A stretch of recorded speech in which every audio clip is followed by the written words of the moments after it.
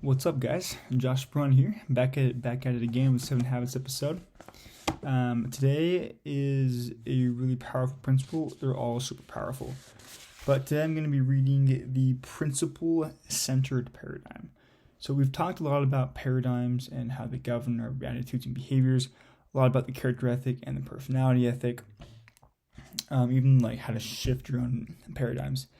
And so now we're looking at the principle-centered paradigm. Which is really, really amazing. It, at least in my life, it's reduced the amount of stress, fear, and anxiety that I have. And it's given me a ton of peace and confidence. It works because it's principle-based. And so we're going to dive right into this because this is awesome stuff. So, Stephen Covey. So I'm going to try out something new. I'm just going to kind of read it as I go and dissect it as I'm reading it, and instead of like doing a pre-reading of it and then trying to teach what I learn. So we're going to see how this goes. Hope it goes well. So thanks for listening in and paying attention. So he says, the character ethic is based on the fundamental idea that there are principles that govern human effectiveness, natural laws in the human dimension that are just as real, just as unchanging and unarguably there as laws such as gravity are in the physical dimension. Okay, cool. So he's basically saying that the character ethic is based on this idea that principles govern human effectiveness. That just as the law of gravity affects us every day, like every second of every day, literally, there are other principles that govern like relationships and feelings and emotions that are just as real and just as present as gravity. And so learning to harness those and harmonize yourself with those principles will bring about ultimately peace and prosperity.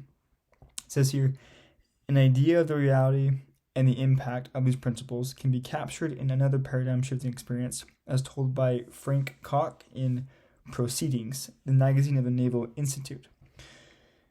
This story is actually amazing, so listen up. It says, 2 battleships assigned to the training squadron had been at sea on maneuvers in heavy weather for several days. I was serving on the lead battleship and was on watch on the bridge as night fell.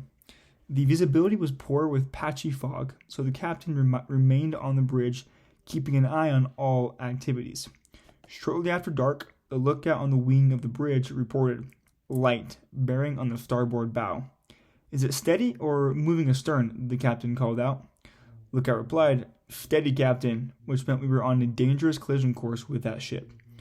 The captain then called to the signalman, signal that ship, we are on a collision course. Advise you change course 20 degrees. Back came a signal. Advisable for you to change course 20 degrees. The captain said, send, I am a captain. Change course 20 degrees. I am a seaman second class, came the reply. You had better change course 20 degrees. By that time, the captain was furious. He spat out, send, I'm a battleship. Change course 20 degrees. Back came a flashing light. I'm a lighthouse. We changed course. This right here reminds me a lot of this idea of extreme ownership. I don't know if you guys have read the book by Jocko Willink and Leif Babik, I think is his last name. I can't remember. But what's really cool about them, and they talk about this idea of extreme ownership and how in a team, if individual team members perform poorly, then it's like the leader's fault. It's a leader's responsibility. And so that may seem like negative, but at the same time, that makes it so that it's in his control. Like he should have taught them better. He should have understood their needs and concerns more. Should have set better systems and processes or incentives or agreements or whatever to get that performance, right? And so it's a way of enacting change and just like making sure that action happens. And so what's cool here is that the captain's first initial reaction is to tell the other person to change and that he doesn't want to change. And we're kind of going to go more into that, I assume, about how like we are the ones that must change in order to create change in our lives. Like things that stay the same remain the same. Things that don't change remain the same. Let's see here. The paradigm shift experienced by the captain and by us as we read this account puts the situation in a totally different light. We can see a reality that is superseded by his limited perception, a reality that is as critical for us to understand in our daily lives as it was for the captain in the fog. So there's this reality in our lives, but it is superseded by a limited perception. So in all of our day-to-day interactions, we have this reality that, or an accurate understanding of our situation, of feelings, of thoughts, of actions, of intents, of motives, like what the actual picture is. But we only see that from like one angle.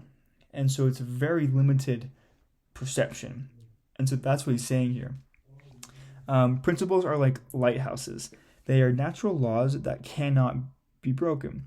As Cecil B. DeMille observed of the principles contained in his monumental movie, The Ten Commandments, it is impossible for us to break the law. We can only break ourselves against the law. I love that quote. I quote it all the time because it's amazing. It's like there are principles that govern human effectiveness. And we can't change those principles. We can't break them. We can't alter them. We can't bend them.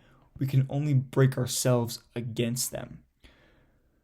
For example, if you don't run consistently and train, are you going to be able to run a marathon?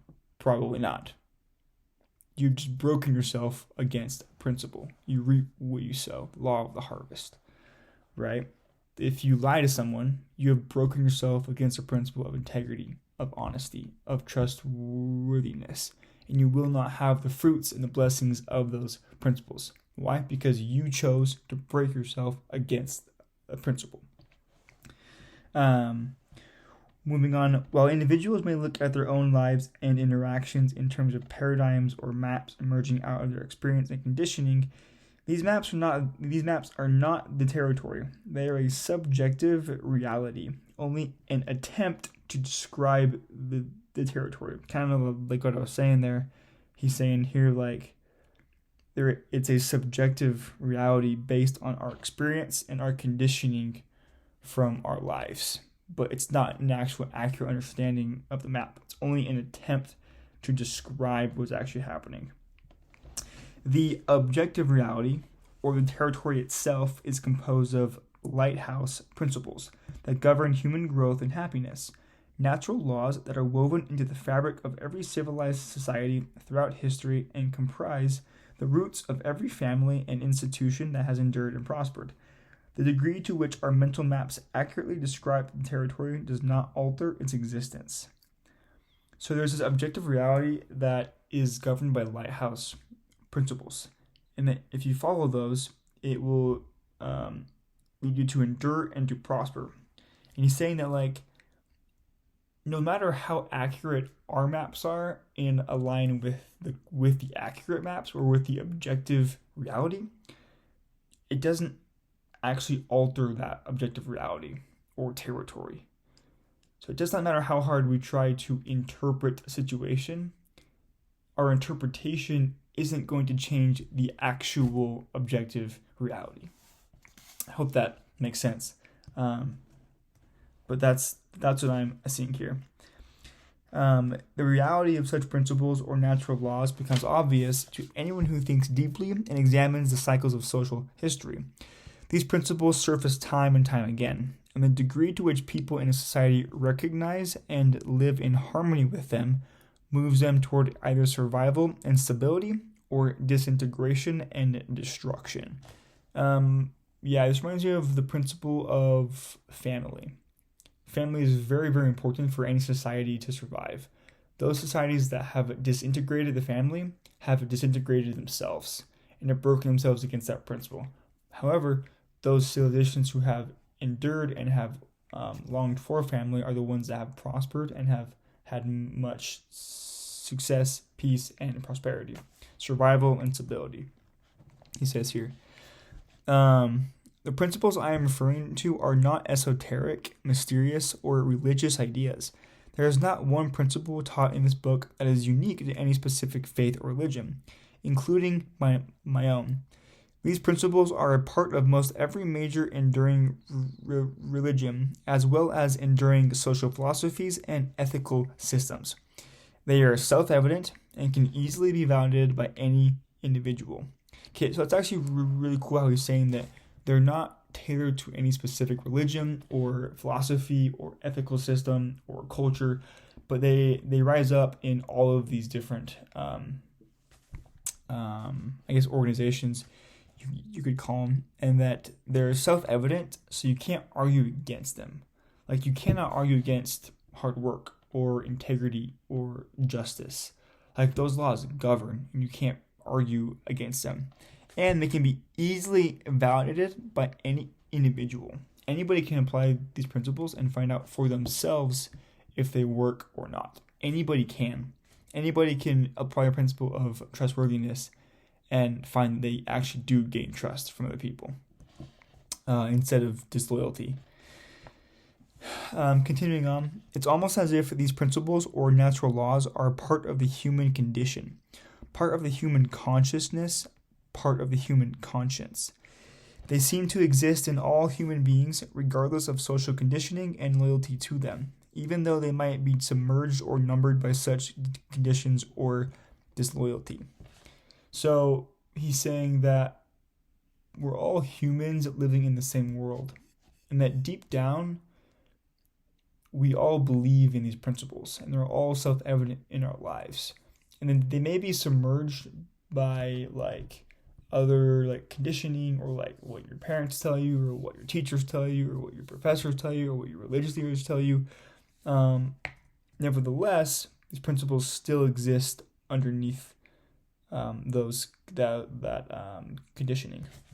It says here, I am referring, for example, to the principle of fairness, out of which our whole concept of equity and justice is developed. Little children seem to have an innate sense of the idea of fairness, even apart from opposite conditioning experiences. There are vast differences in how fairness is defined and achieved, but there is almost universal awareness of the idea. Other examples would include integrity and honesty. They create the foundation of trust that is essential to cooperation and long-term personal and interpersonal growth. Another principle is human dignity. The basic concept in the United States Declaration of Independence bespeaks this value or principle. We hold these truths to be self-evident, that all men are created equal, that they are endowed by their Creator with certain unalienable rights, that among these are life, liberty, and the pursuit of happiness. Another principle is service, or the idea of making a contribution. Another is quality or excellence. She's talking about all of these ideas, these principles: integrity, honesty, human dignity, service, quality, excellence, fairness, and how even little children innately understand these principles. If one little child gets more ice cream than the other child, he instinctively knows that that's not fair, that they should get equal amounts. He instinctively applies that principle of fairness. Also, ideas like service. People understand that service and helping others is a good thing to do, and it brings you joy and peace. And so people may break themselves against that principle, but that principle still holds true. And if someone really thinks deeply and really ponders and is honest with themselves, they will say that, because it's a principle. It just will happen. There is a principle of potential. The idea that we are embryonic and can grow and develop and release more and more potential, develop more and more talents. Highly related to potential is the principle of growth, the process of releasing potential and developing talents, with the accompanying need for principles such as patience, nurturance, and encouragement. Okay, this is a really cool paragraph because it says that there's this difference between the principles of potential and growth. That the potential is this idea that we can grow and develop and release more and more potential and develop more and more talents. It's like it hasn't actually happened yet, but it's like this idea, this faith, this belief that's possible. Whereas potential, whereas growth is the process of releasing potential and developing talents with patience, nurturance, and encouragement. So growth is like not just fantasizing about it, but like actually making it happen, actually doing it. Which both are very, very important to be able to know that it exists and to be able to release that potential. He continues on, principles are not practices. A practice is a specific activity or action. A practice that works in one circumstance will not necessarily work in another. As parents who have tried to raise a second child exactly like they did the first can readily attest. Yeah, that's true. Like maybe one child taking his phone away is like actually will motivate him to be better, whereas another child that might not. But the principle there is discipline, right? And so there are lots of different ways to instill that principle. One in my life that I guess I can see is like the principle of callousing your mind, right? Of recognizing the fact that we can do more than what we think that we can. So I did that by doing ice baths, but somebody else might do that by, I don't know, maybe doing homework or maybe talking to a girl or working harder than they ever had before. So there are lots of different ways to do that, or like working out in the gym.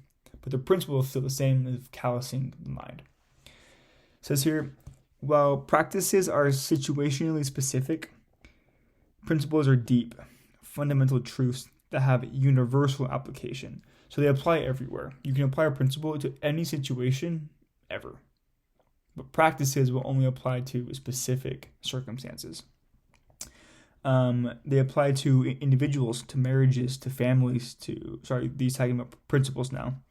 Principles apply to individuals, to marriages, to families, to private and public organizations of every kind.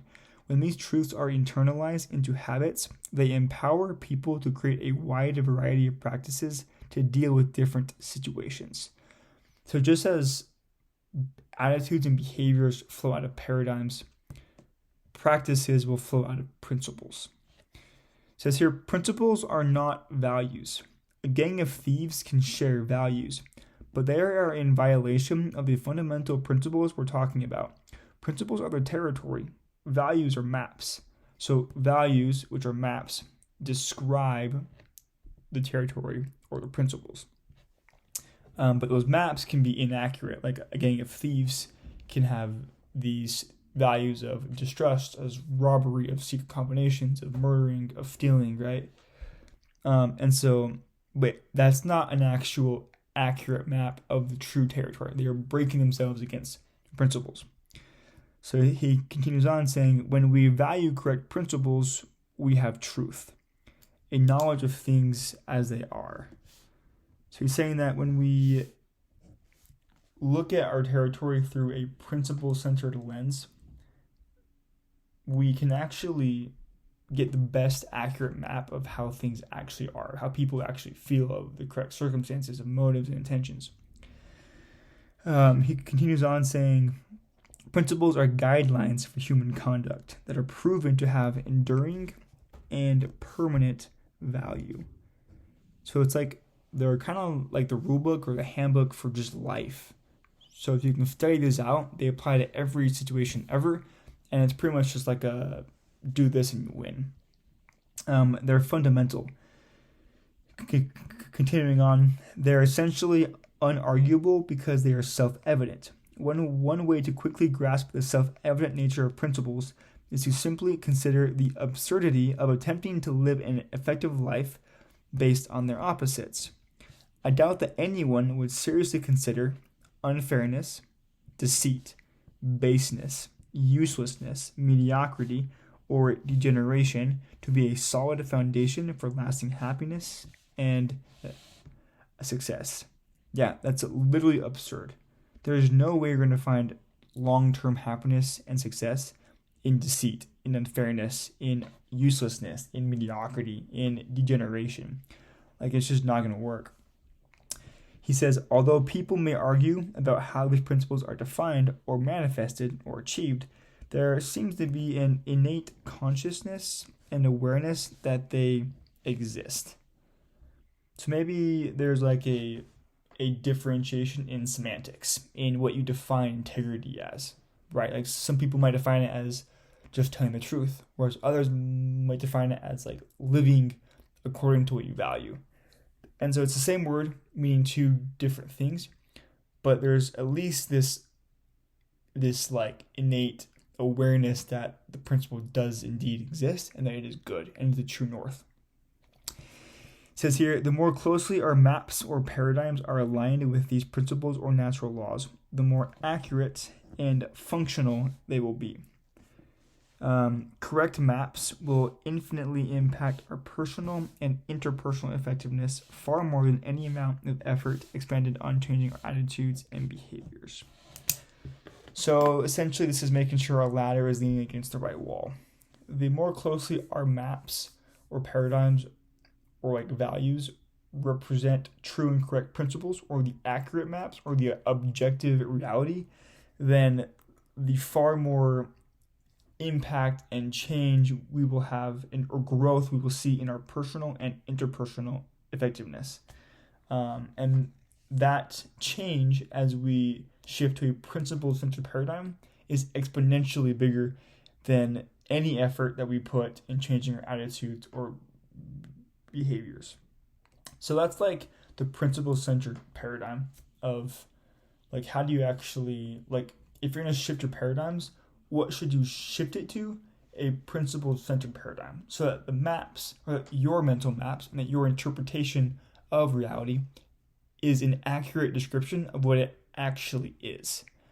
And the better you can do that and understand reality, the better that you will be able to solve problems, build meaningful relationships, and just win in all the ways that matter most.